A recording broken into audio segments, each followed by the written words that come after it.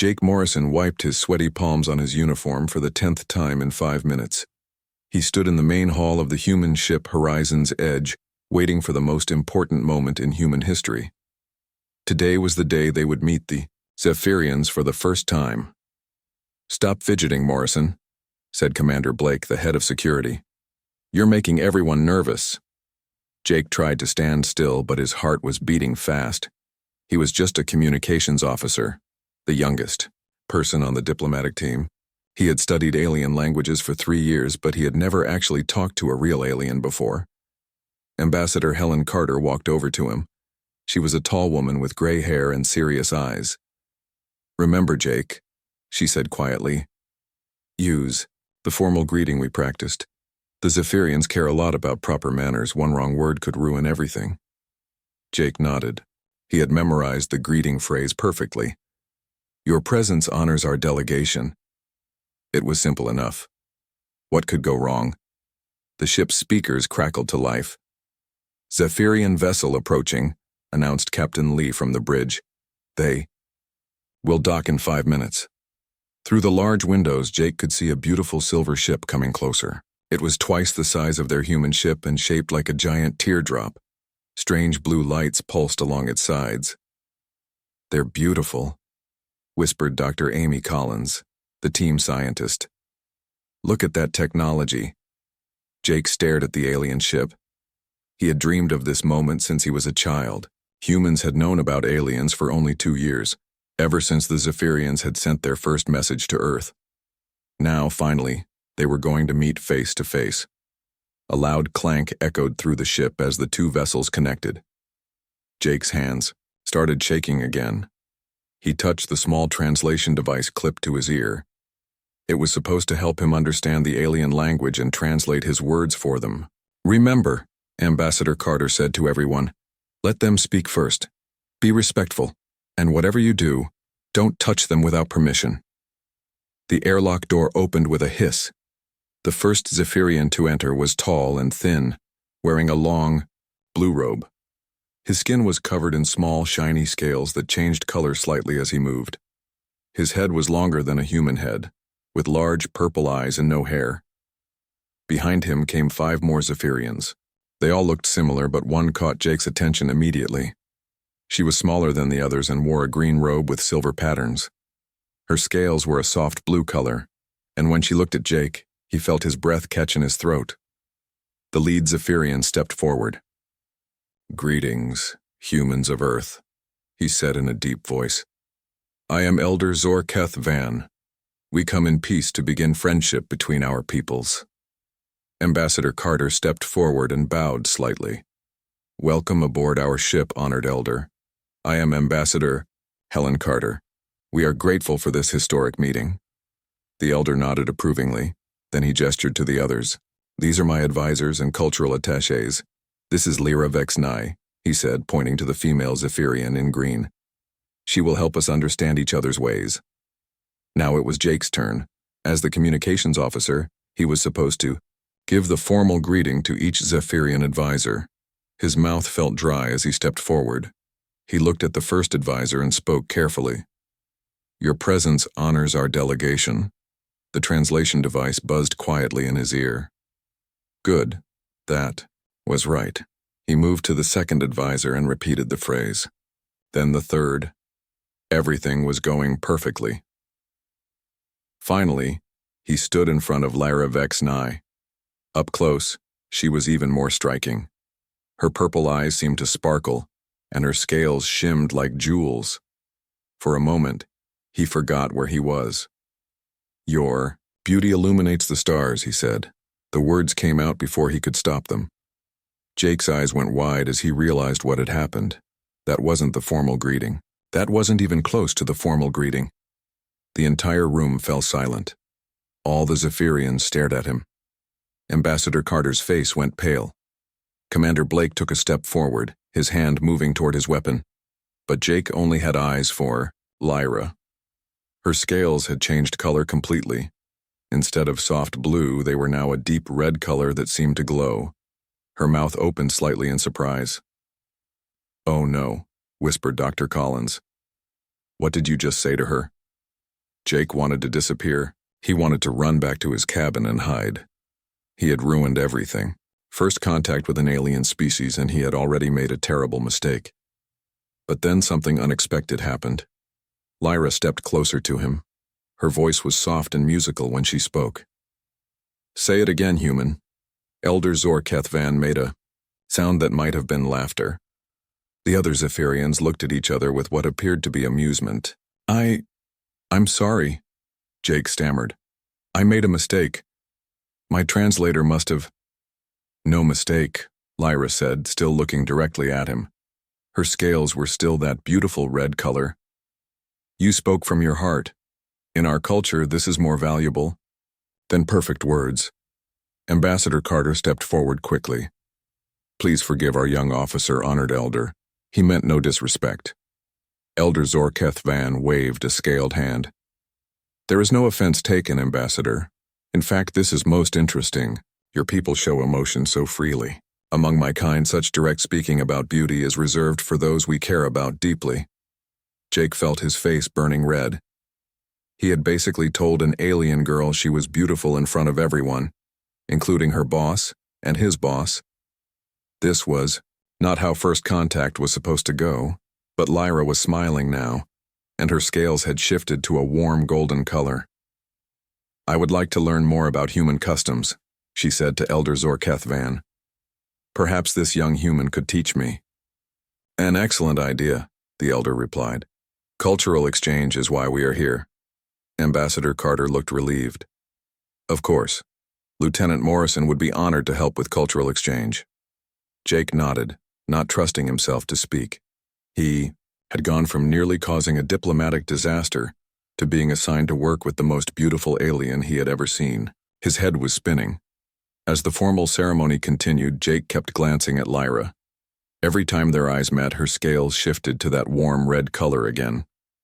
He was beginning to think that maybe, just maybe, his mistake had been the best thing that could have happened. The universe had just become a much more interesting place. The next morning, Jake woke up with butterflies in his stomach. He was supposed to meet Lyra in conference room 3 to start their cultural exchange work. He had barely slept, thinking about what had happened during first contact. He put on his cleanest uniform and checked his appearance in the mirror 3 times. Then he realized he was acting silly and tried to calm down. This was work, not a date. When he arrived at the conference room, Lyra was already there. She was sitting at the table, reading something on a small device. Her scales were a calm blue-green color today, and she wore a simple white robe. "Good morning, Jake Morrison," she said, looking up at him. Her scales shifted slightly toward purple when she smiled. "Good morning, Lyra," he replied, sitting down across from her. "I hope I'm pronouncing your name right." "Close enough," she said. "Human mouths cannot make all our sounds. You may call me just Lyra if it is easier." Jake nodded and opened his tablet. "So, Ambassador Carter wants us to work on understanding each other's customs. She thinks it will help prevent more mistakes like yesterday." Lyra tilted her head, which Jake was learning was how Zephyrians showed curiosity. "Do you think it was a mistake?" The question caught Jake off guard. "Well, I mean, I wasn't supposed to say that. It wasn't the formal greeting." "But did you mean it?" she asked. Jake felt his face getting warm. Yes, I did mean it. You are beautiful. But I shouldn't have said it like that in front of everyone." Lyra's scales shifted to that warm red color again. "This is what I find interesting about humans. You feel embarrassed about speaking truth. It's complicated," Jake said.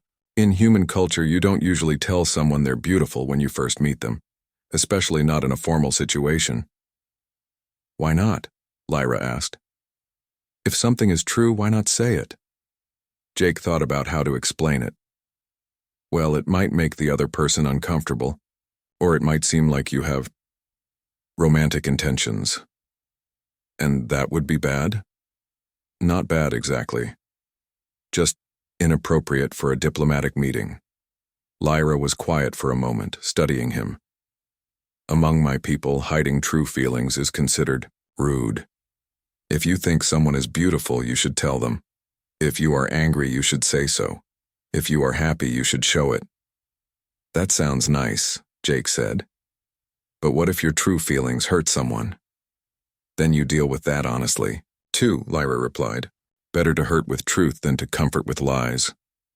Jake found himself staring at her. The way she talked was so direct and honest. It was refreshing after years of diplomatic double talk and careful words. Can I ask you something? Jake said. Of course. Yesterday, when I said you were beautiful, your scales turned red. What does that mean? Lyra's scales shifted to red again as she answered. It means I was pleased and surprised and, what is your word, flattered? So red means you're happy? Red means many things. Happy, excited, embarrassed, attracted. She paused. The exact feeling depends on the situation. Jake felt his heart beat faster. And yesterday? Which feeling was it? Lyra looked directly at him. All of them. They stared at each other for a long moment. Jake felt like something important was happening, but he wasn't sure what. Should we work on the cultural exchange project? He asked, trying to get back to business. Yes, Lyra agreed. But she was still looking at him in a way that made his stomach flip. They spent the next hour going over human and Zephyrian customs. Jake learned that Zephyrians had very few rules about personal space. They could touch each other freely. Lyra learned that humans shook hands when they met and hugged when they were close friends. This is strange to me, Lyra said. You have so many rules about touching. What if you want to comfort someone who is sad?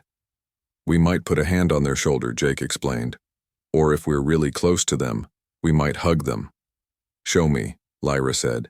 Show you what? Show me how humans comfort each other.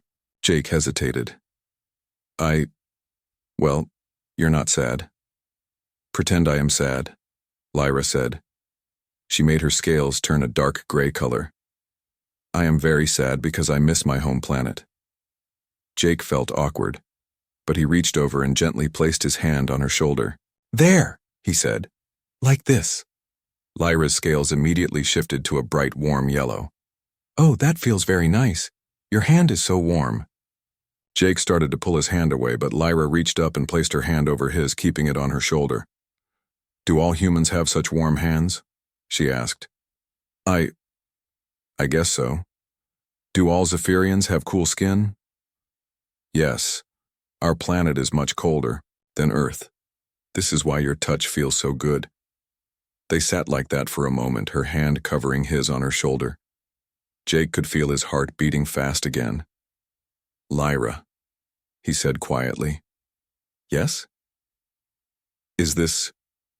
Are we? What's happening here? She tilted her head again. What do you mean? I mean, yesterday you asked me to say you were beautiful again. Today you're holding my hand. I'm trying to figure out if this is just cultural exchange or if it's something else. Lyra was quiet for a moment. Her scales shifted through several colors, red, purple, blue, then back to red. Among my people, she said finally, when someone interests you, you show it. You do not hide it or pretend it is not real. And do I interest you? Jake asked. Very much, she said. You are different from what I expected humans to be like. Different how? The reports we received said humans were violent and unpredictable, but you are gentle and honest, even when it embarrasses you, and you have such expressive eyes. Jake smiled. You think my eyes are expressive?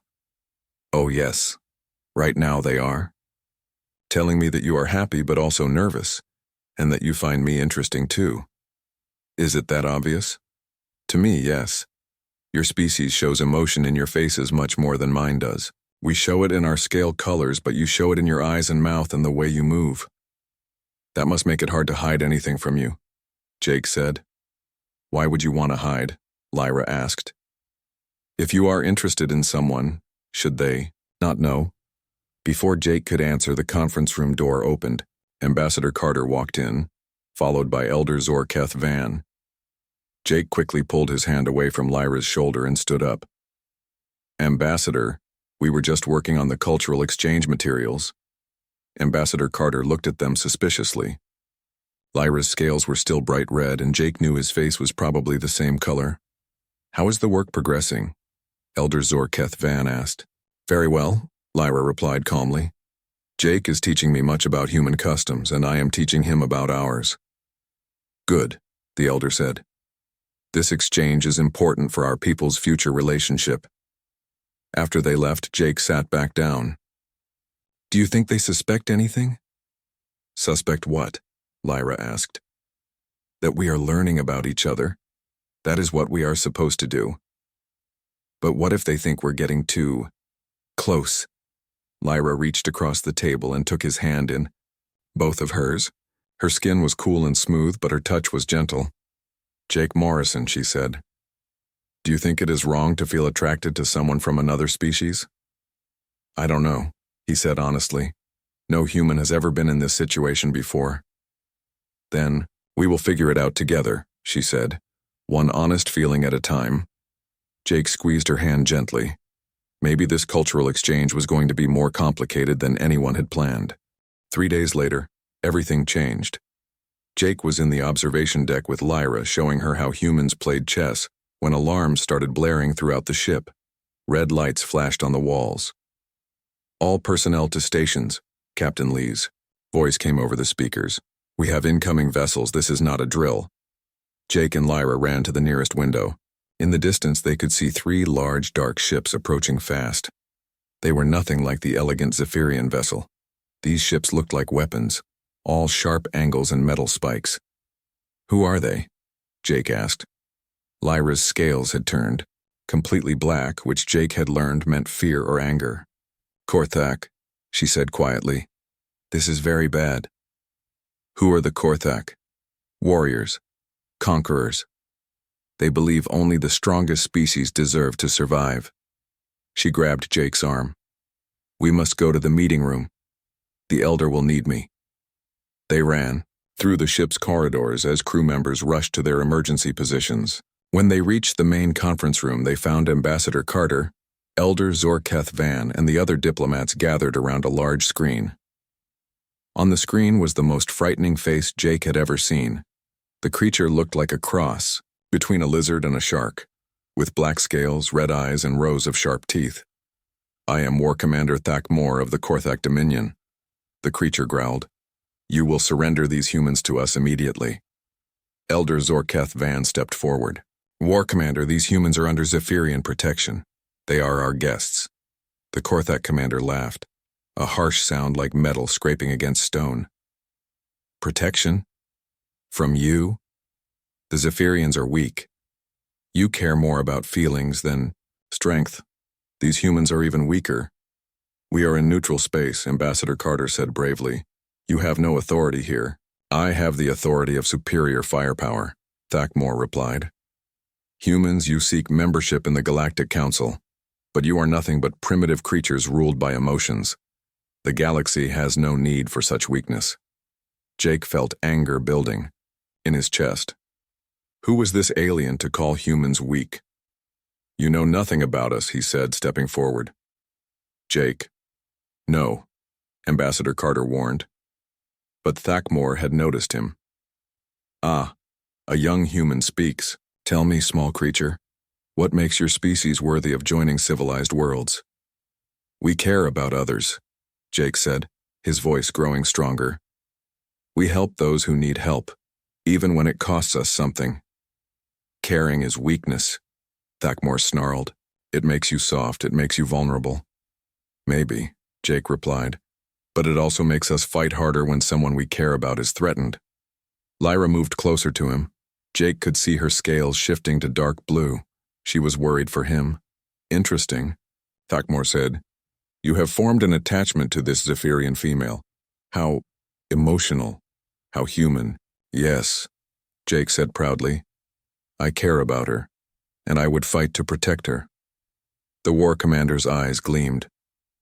"Then you are already compromised. Emotions make you weak. Watch." Suddenly, 2 Korthak soldiers appeared on the screen, dragging a Zephyrian prisoner between them. The prisoner was badly injured and could barely stand. "This Zephyrian scout was captured near our territory," Thakmor said. He was gathering information about our military. The penalty for spying is death. No! Lyra cried out, her scales turning bright red. Kevlar Tai is my brother. Jake stared at her in shock.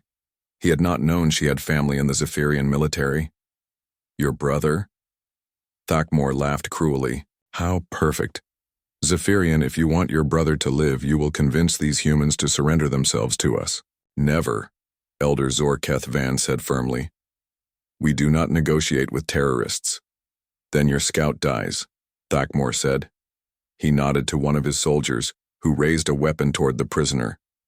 Wait, Lyra screamed. Jake saw tears in her purple eyes. Her whole body was shaking. Without thinking, he put his arms around her, holding her close. It's okay, he whispered. We'll figure something out. Touching, Thakmor sneered. The human comforts his alien pet. Tell me, human, would you die for this creature? Jake looked down at Lyra, then back at the screen. Yes, he said without hesitation. I would. And you, Zephyrian? Would you sacrifice your brother for this human? Lyra was crying openly now, her scales shifting rapidly between red and black. I cannot choose. Please, there must be another way. There is no other way, Thakmor said. This is the weakness of caring. It forces impossible choices. It makes you suffer. The strong feel no such pain. Jake felt something snap inside him. This creature was torturing Lyra, making her choose between her brother and him. Was that what this was about? You're wrong, Jake said loudly. Jake, be quiet, Ambassador Carter hissed, but Jake was not going to be quiet. You think caring makes us weak? You're wrong. It makes us stronger than you'll ever be. Explain, Thakmor said, sounding amused. You fight only for yourself. You conquer because you want power, but we fight for each other. When someone threatens the people we love, we don't become weaker. We become dangerous. Jake's voice was rising now. You want to know what makes humans special? We'll die for strangers. We'll sacrifice everything for people we've never met, just because it's right. And when someone hurts the people we care about? He paused, looking directly into those red eyes on the screen. When someone hurts the people we care about, we don't stop fighting until we win or we're dead. That's not weakness, Commander. That's the most dangerous thing in the universe. The room was completely quiet. Even Thakmor seemed surprised by the intensity in Jake's voice. Lyra looked up at him with wonder. Her scales had shifted to a brilliant gold color he had never seen before. The human speaks with passion, Elder Zorketh Van said slowly. This is illuminating. Passion is just another word for weakness, Thakmor growled, but he sounded less certain now. Is it? Jake challenged. Then why are you afraid to let us join the Galactic Council? If we're so weak, what threat could we possibly be? For the first time, the HFY War Commander had no quick answer. Ambassador Carter stepped forward. War Commander, we propose a formal challenge before the Galactic Council. Let them judge whether humanity is worthy of membership. Agreed, Thakmor said after a long pause. But the challenge will be of my choosing, and when you fail, humans will be banned from space forever. And if we succeed? Ambassador Carter asked. Then, Thakmor's eyes narrowed.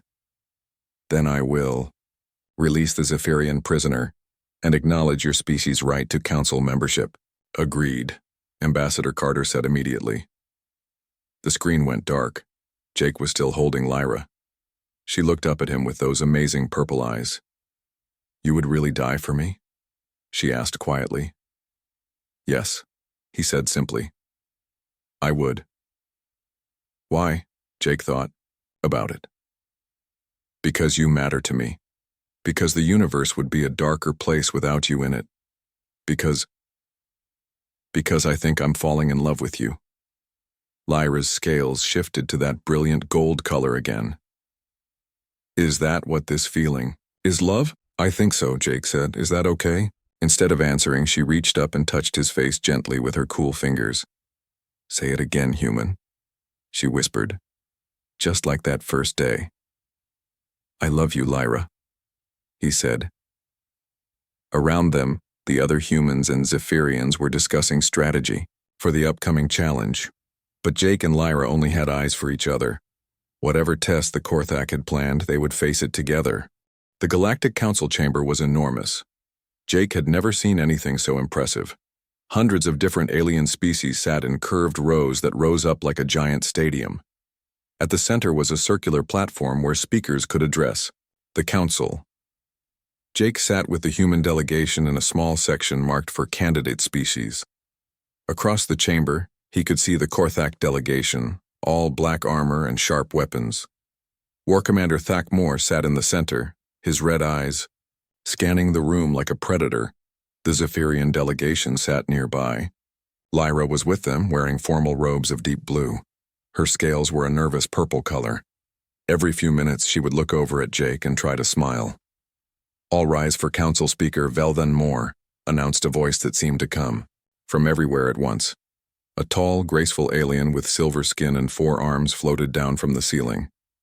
This was the leader of the Galactic Council, representing a species so old that no one remembered their planet's name. We gather today, the speaker said in a voice like music, to judge the species known as humans for membership in our council. War Commander Thakmor of the Korthak Dominion has challenged their worthiness. Thakmor stood up. Honored speaker, humans are primitive creatures driven by emotions. They have no place among civilized species. And what test do you propose? The speaker asked. The test of Althar, Thakmor replied. A murmur went through the chamber. Jake saw several alien delegates shake their heads or make worried sounds. Elder Zorketh Van's face went pale.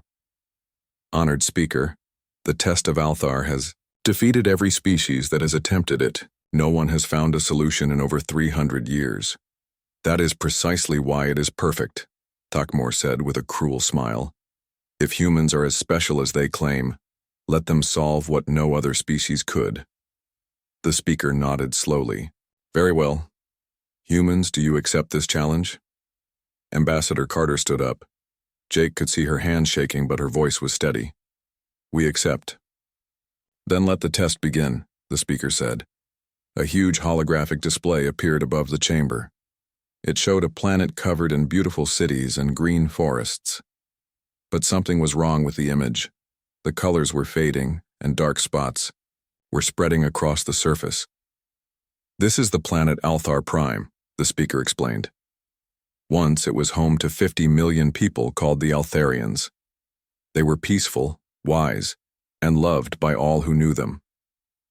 The image changed, showing the planet getting darker and more diseased-looking. 20 years ago, their sun began to die. We offered to help, to move their people to a new world, to give them technology to save their planet, but the Altharians refused all help. Why? Jake asked, then realized he had spoken out loud in front of the entire council. His face turned red, but the speaker seemed amused rather than angry. An excellent question, young human. They refused because their religion taught that accepting help from outsiders would damn their souls for eternity. They believed they must face their fate with dignity, even if it meant death.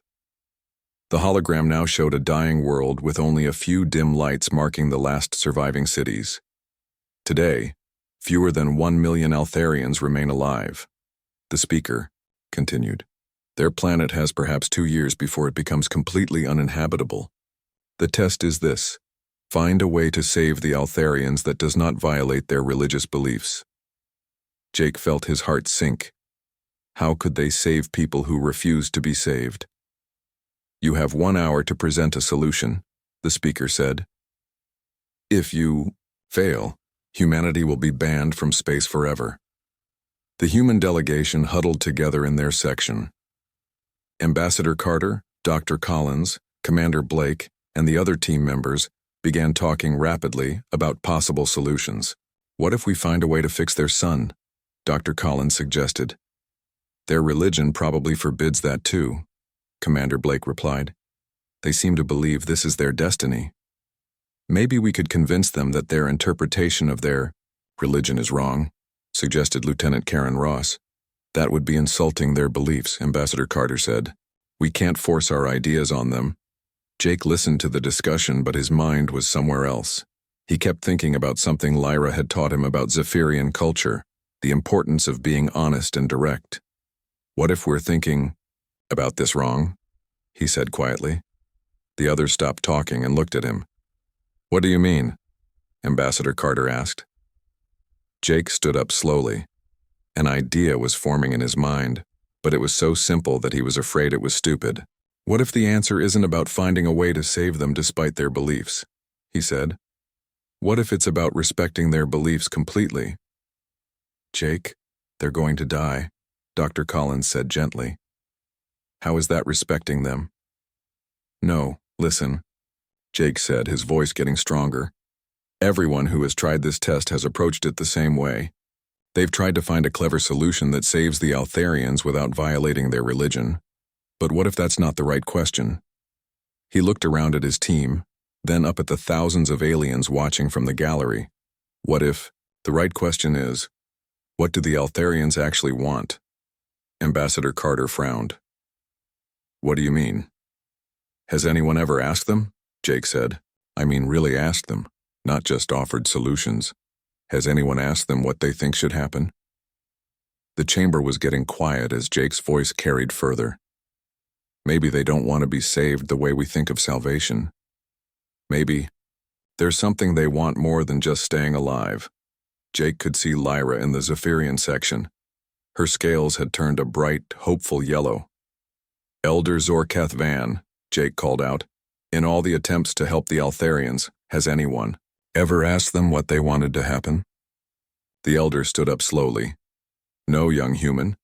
We have offered solutions, but we have never asked them what they desired. Jake turned to the council speaker. Could we talk to them? Could we ask them what they want? War Commander Thakmore stood up angrily. This is ridiculous. The test is to save them, not to have a conversation. Is it? Jake asked, looking directly at the War Commander. You said humans are weak because we're emotional. But maybe our emotions help us understand something that pure logic misses. He turned to address the entire council. Every species that has tried this test has assumed they knew what the Altharians needed. But humans have learned something important. Sometimes the kindest thing you can do for someone is listen to what they actually want, even if it's not what you want for them. The speaker was quiet for a long moment. This is an unusual approach. It's a human approach, Jake said simply. We've learned that caring about someone means respecting their choices, even when those choices are hard to understand. You would risk letting them die? Thakmore demanded. I would risk letting them choose, Jake replied. Because that's what caring really means. The speaker nodded slowly. Very well. We will contact Althar Prime. A new hologram appeared, showing an elderly Altharian with kind eyes and wrinkled skin. He looked tired but peaceful. I am Honored Elder Kesam Lor, he said in a gentle voice. I speak for my people. Jake felt terrified, but he stepped forward. Honored Elder, I am Jake Morrison. I represent humanity. We've been asked to help, save your people, but before we suggest anything, we wanted to ask you something. Yes, young one? Jake took a deep breath. What do you want to happen? The old Altharian's eyes widened slightly. You wish to know what we want? Yes, sir. Not what we think you should want, or what would be logical, or what would save the most lives. What do you and your people actually want? Elder Kesam Lor was quiet for a long moment. When he spoke again, there were tears in his eyes. In 20 years, no one has asked us that question, he said softly. Everyone has told us what we should do, what we must do, but no one has asked what we want to do. We're asking now, Jake said gently. The Altharian elder looked away for a moment, then back at Jake. We want to save our children. We want our culture, our stories, our songs to survive, even if we cannot. But our faith teaches us that we cannot leave our world. This is where our ancestors are buried. This is where our souls belong. Jake felt his heart racing. What if What if there was a way for your children to survive and carry on your culture, while still honoring your ancestors? How? Jake looked up at the council speaker. What if we helped them send their culture to the stars? Not their people, their knowledge, their stories, their art. They could create a record of everything they are and launch it to other worlds. Their children who want to leave could go with it as guardians of their culture. Those who want to stay could remain with their ancestors. That Elder Kesamlor's voice was filled with wonder. That would honor both our faith and our love for our children. War Commander Thakmor stood up furiously. This solves nothing. Most of them will still die. But they'll die having made their own choice, Jake said firmly. And their culture will live forever. Isn't that what they wanted? Elder Kesamlor nodded slowly. Yes, young human, that is exactly what we wanted. You have given us the greatest gift possible, the right to choose our own fate. The council chamber erupted in discussion. Aliens from dozens of species were talking excitedly among themselves. The speaker raised all four arms for silence. The human solution is unprecedented. They have solved the test of Althar not by saving lives, but by respecting the right of a species to determine. 6 months later, Jake stood in the observation deck of the newest human diplomatic ship, the New Hope. Through the large windows, he could see Earth growing larger as they approached home. The blue and green planet looked more beautiful than ever after his long journey through space. Nervous? Lyra asked, coming to stand beside him. Jake smiled and took her hand. Her scales were a calm, happy blue today, and she wore a simple Earth-style dress that Ambassador Carter had given her. She was going to be the first alien to visit Earth as an official diplomat. A little, Jake admitted. My parents are excited to meet you, but I think they're still trying to understand how I fell in love with someone from another planet. Are you sure they will like me? Lyra asked. Her scales shifted to a worried purple. They'll love you, Jake said confidently. My mom already loves you just from the letters I sent home, and my dad is fascinated that you're a scientist.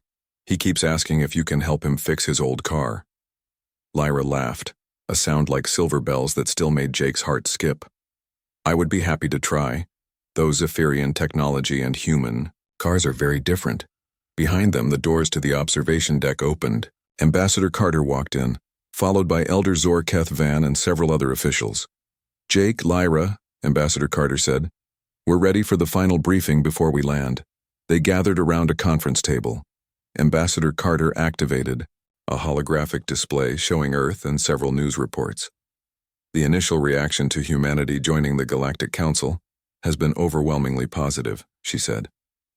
People are excited about the new technologies we'll have access to, the new worlds we might explore. What about reactions to us? Jake asked, gesturing between himself and Lyra. Elder Zorketh Van smiled, his scales shifting to an amused green. That has been even more interesting. Your story has become quite famous across the galaxy. Many species are curious about human concepts of love. Famous? Jake asked, feeling embarrassed. The young human who called an alien beautiful and changed the course of diplomatic history, Ambassador Carter said with a grin. Yes, Jake, you're famous. There are news crews from 12 different planets waiting to interview you when we land. Jake groaned and put his head in his hands. I just wanted to do my job. You did much more than that, Elder Zorketh Van said seriously. Your approach to the Althar situation has changed how many species think about problem solving. Several council members have asked for human advisors to help with other difficult situations. Really? Jake looked up, interested despite his embarrassment.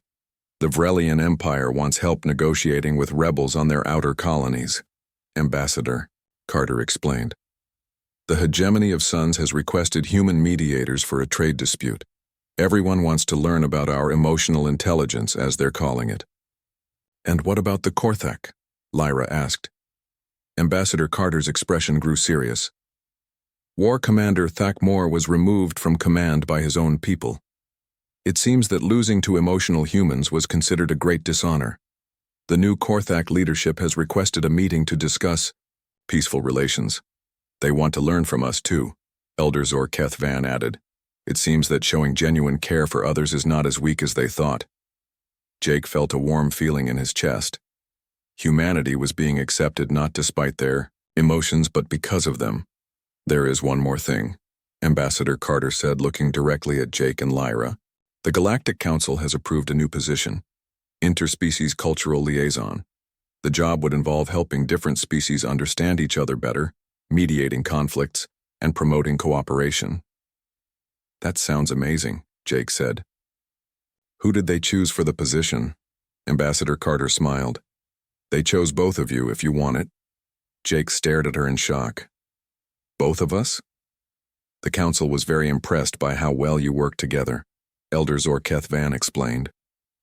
A human and Zephyrian team, bridging the gap between emotional and logical approaches to problem solving. Jake looked at Lyra. Her scales were shifting rapidly through several colors: excitement, surprise, hope, and something else he couldn't identify. We would be working together? Lyra asked. As partners, Ambassador Carter confirmed. Equal rank, shared responsibilities. You'd travel to different worlds, help resolve conflicts, teach others about cooperation between species. It would mean spending a lot of time in space. Elder Zorketh Van added. Away from both Earth and Zephyr Prime, are you both prepared for that? Jake and Lyra looked at each other. In her purple eyes, he saw his own thoughts reflected back at him. Home wasn't a planet anymore. Home was wherever they were together. Yes, they said at the same time. Everyone laughed at their simultaneous answer. Then it settled, Ambassador Carter said. After you both spend some time on your home worlds with your families, you'll report to the new Galactic Cooperation Center on Station Prime. As the meeting broke up, Jake and Lyra remained in the observation deck, watching Earth grow larger in the window. Are you happy about this? Jake asked. Lyra's scales shifted to that brilliant gold color that meant pure joy. Very happy. I get to explore the galaxy and help people, and I get to do it with you. Even if it means being away from your family. My brother Kevlor Tai is recovered now, thanks to your people's medical technology, she said. And my parents are proud that their daughter will be representing our species across the galaxy. Besides, she moved closer to him and took his hands in hers. You taught me something important, Jake Morrison. You taught me that family isn't just who you're born with. Sometimes it's who you choose to build a life with. Jake felt his throat get tight with emotion. Is that what we're doing? Building a life together? If you want to, she said softly. Jake reached up and gently touched her face, running his fingers over her smooth scales. Lyra, I love you. I want to build a life with you. Explore the galaxy with you. Help make the universe a better place with you. Her scales turned that beautiful red color they had been that very first day. Say it again, human, she whispered.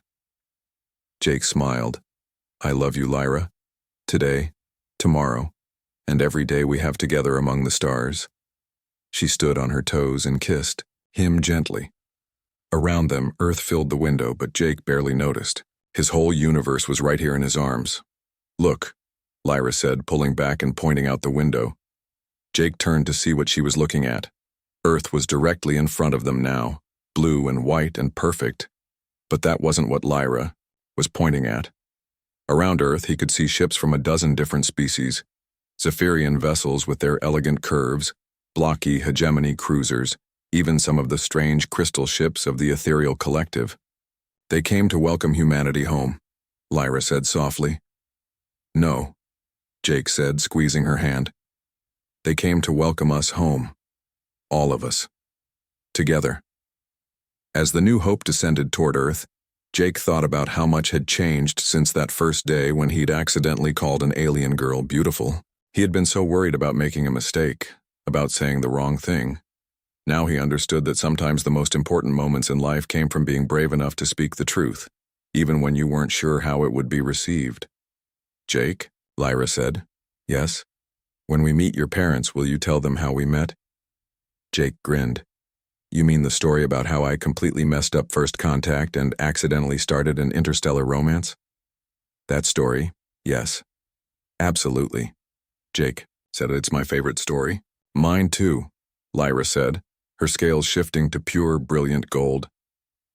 As their ship touched down on Earth, Jake knew that this wasn't the end of their story. It was just the beginning. They had a whole galaxy to explore, countless species to meet, and infinite opportunities to show the universe that love, whether between humans or aliens, or anyone else, was the strongest force in existence. He looked at Lyra one more time, still amazed that this incredible being had chosen to share her life with him. "Ready to meet my family?" he asked. "Ready," she said. "And Lyra?" "Yes, Jake." "You're beautiful. Inside and out, you're the most beautiful person in the galaxy." Her scales turned red again and she smiled that smile that had changed everything. "Say it again, human," she said. And he did. And he knew he always would.